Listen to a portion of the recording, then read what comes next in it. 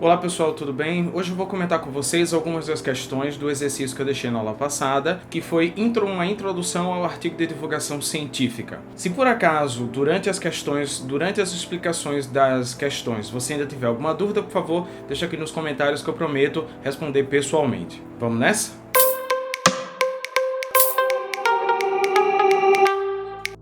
Olá pessoal, vamos começar a nossa aula e eu acho que o mais importante é a gente fazer uma leitura desse texto. O texto que estava disponível, que está na verdade disponível no vídeo da aula passada sobre, como eu disse na introdução, foi uma apresentação do gênero artigo de divulgação científica. Então vamos lá. Por que salivamos diante de uma comida?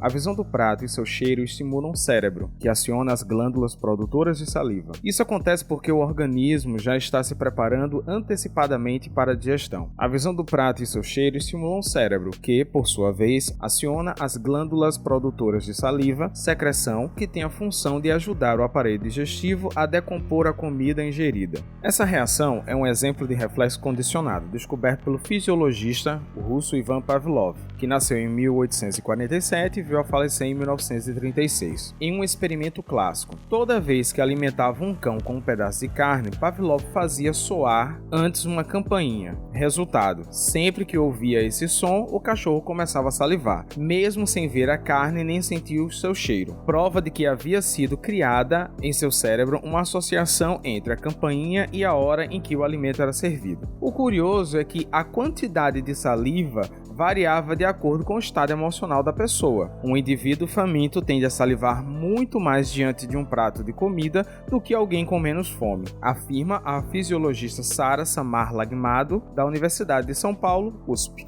Primeira questão: que gênero textual é esse? Obviamente, o artigo de divulgação científica. Essa questão teve respostas variadas. Algumas pessoas responderam artigo de divulgação científica. Artigo científico ele não é. Ele é um artigo de divulgação científica. O artigo científico, como eu disse para vocês, ele é um texto escrito de cientista para cientista. Logo, esse texto você percebe que tem uma linguagem muito mais acessível. Na segunda questão, em que meio de comunicação esse texto é vinculado? A maioria das pessoas respondeu revistas. Ok, sendo que o gênero artigo de divulgação científica ele é publicado praticamente nos mesmos suportes que o gênero artigo científico. Então, revistas, sites. Outra coisa, o artigo de divulgação científica ele também é publicado em jornais. Qual o tema tratado no texto que acabamos de ler? Lembra, o que é o tema? O texto fala sobre o quê?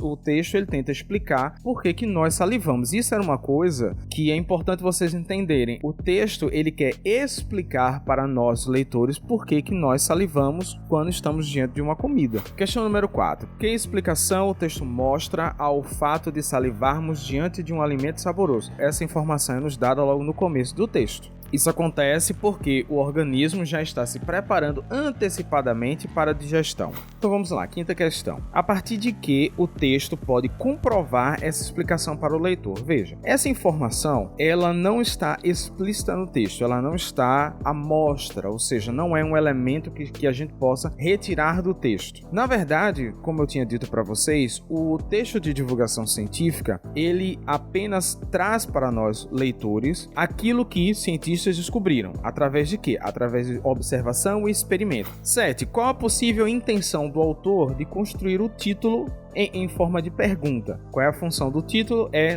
literalmente chamar a atenção do leitor, criar o interesse do leitor sobre aquele texto. 8. Qual a função do subtítulo do artigo lido acima? A função do subtítulo é muito clara. Ele explica, ele traz informações que o título não traz. O subtítulo ele expande os conteúdos que foram explicitados lá no título. Então, se o título tem a função de chamar a atenção do leitor, é como se o subtítulo fosse usado para confirmar que a partir dali sim o leitor quer realmente ler aquele texto. Nona questão: que tipo de informação, juízo de valor, científica, causa, estatística, o subtítulo apresenta para o leitor? Veja, se é um artigo de divulgação científica, então a informação tem que ser científica. O título desse texto pode ser considerado objetivo, ou seja, é previsível, ou ele é subjetivo e imprevisível em relação ao tema? Obviamente ele é objetivo, ele é um título previsível. O título subjetivo é aquele título que somente durante a leitura do texto, ou muitas vezes somente no final do texto,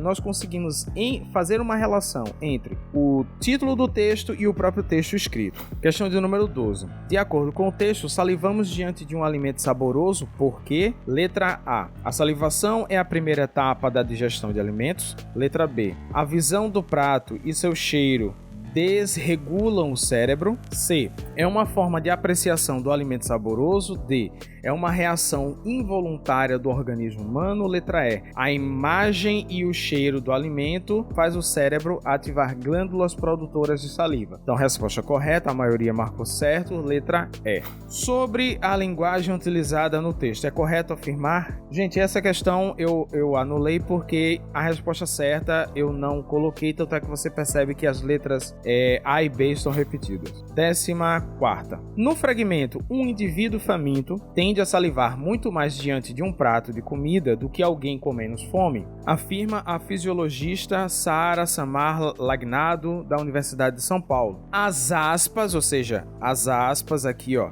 que marcam o começo e o final da afirmação da fisiologista, elas são usadas para: letra A, explicar por meio de discurso direto a preocupação da autora em relação à fome no Brasil. B, destacar de forma indireta a explicação da especialista sobre o fenômeno da salivação. C, acentuar por meio do discurso indireto livre que a salivação acontece em pessoas que estão com menos fome.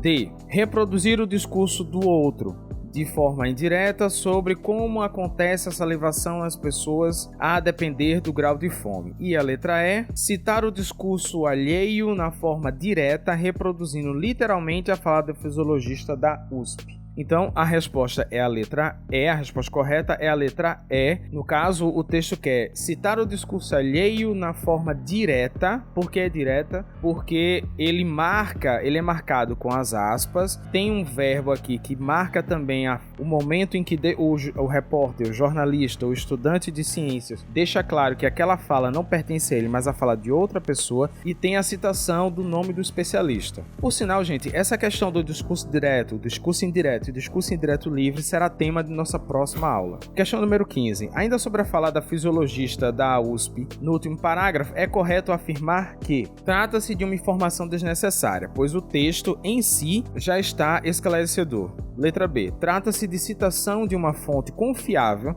já que a citação é uma especialista do assunto. Letra C. Consiste no relato de um pequeno fato real. Letra D. É um argumento que contradiz o que vinha sendo explicado no texto. E letra E. Trata-se de um argumento que não enriquece o assunto, pois não é comprovado cientificamente. Então, a resposta correta é a letra B. Ele é uma fonte confiável, já que essa citação direta é retirada de uma pessoa, de um especialista nesse assunto. 16ª questão, no trecho. Toda vez que alimentava um cão com um pedaço de carne, Pavlov fazia soar antes uma campainha. Resultado, sempre que ouvia esse som, o cachorro começava a salivar, mesmo sem ver a carne nem sentir o cheiro. Assinale a alternativa que melhor caracteriza a estratégia que o cientista utilizou para chegar a essa conclusão. Ele utilizou a comprovação por meio de dados estatísticos, ele baseia-se em um caso isolado, o autor sustenta-se por meio do argumento de causa e consequência, ou seja, toda ação gera uma reação. Letra D, essa fisiologista cita um exemplo como forma de sustentar sua tese. E a letra E, o russo Pavlov constrói sua tese a partir da experiência e observação de um fato ocorrido apenas uma vez. Então, a resposta correta é a letra C. Ele sustenta por meio de um argumento de causa e consequência. Os tipos de argumentos também serão estudados por nós muito mais à frente. O argumento é um elemento importante dentro do artigo de divulgação científica.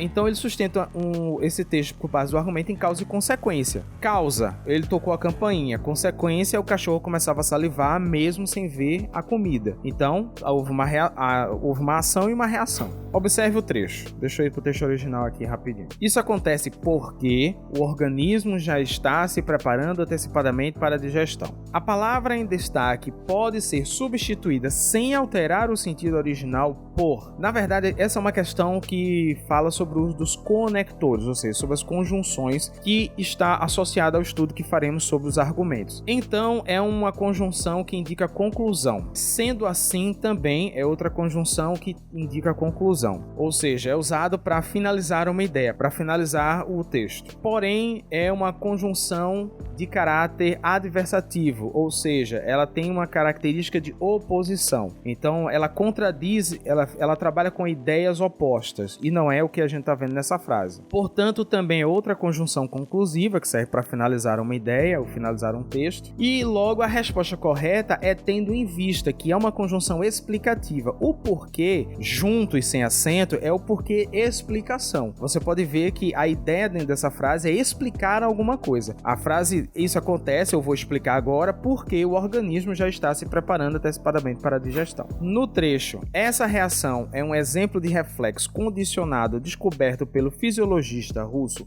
Ivan Pavlov em um experimento clássico. Vamos lá, ele quer saber, essa expressão aqui, essa reação, ela retoma o começo do texto. Ela retoma o segundo parágrafo do texto. A visão do prato e seu cheiro estimulam o cérebro, que por sua vez aciona as glândulas produtoras de saliva, secreção que tem função de ajudar o aparelho digestivo a decompor a comida ingerida. Então a resposta seria a letra D. A visão do prato e seu cheiro desestimulam o cérebro, que por sua vez aciona as glândulas produtoras de saliva. E a última questão, falando sobre as funções da linguagem, outro tema de uma próxima aula nossa também. Função emotiva, porque o emissor imprime no texto as marcas de sua função, opinião sobre o assunto. Letra B. Função apelativa, visto que busca envolver o leitor com o conteúdo transmitido, levando a adotar este ou aquele comportamento. Letra C. Função poética, pois a mensagem foi elaborada de forma inovadora e imprevista, despertando no leitor prazer estético e surpresa.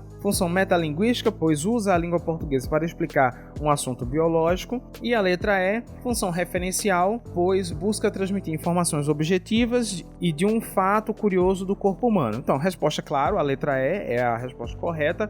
Como eu disse, em uma próxima aula a gente vai trabalhar essas funções da linguagem, mas só para caracterizar, a letra D, muitas pessoas colocaram que a função seria metalinguística, pois usa a língua portuguesa para explicar assuntos biológicos. Não, primeiro que a função metalinguística não é isso. A função metalinguística, ela é utilizada para explicar a própria linguagem. Por exemplo, o dicionário. O dicionário é a linguagem explicando a própria linguagem. No dicionário você usa palavras para explicar o significado das próprias palavras. Bem, pessoal, foi isso. Espero que vocês tenham gostado da aula de hoje. Existe um outro exercício aqui na descrição desse vídeo que é muito semelhante ao exercício anterior, né? O exercício que eu acabei de explicar. Qualquer dúvida, vocês sabem, estou à disposição e eu vejo vocês na próxima aula.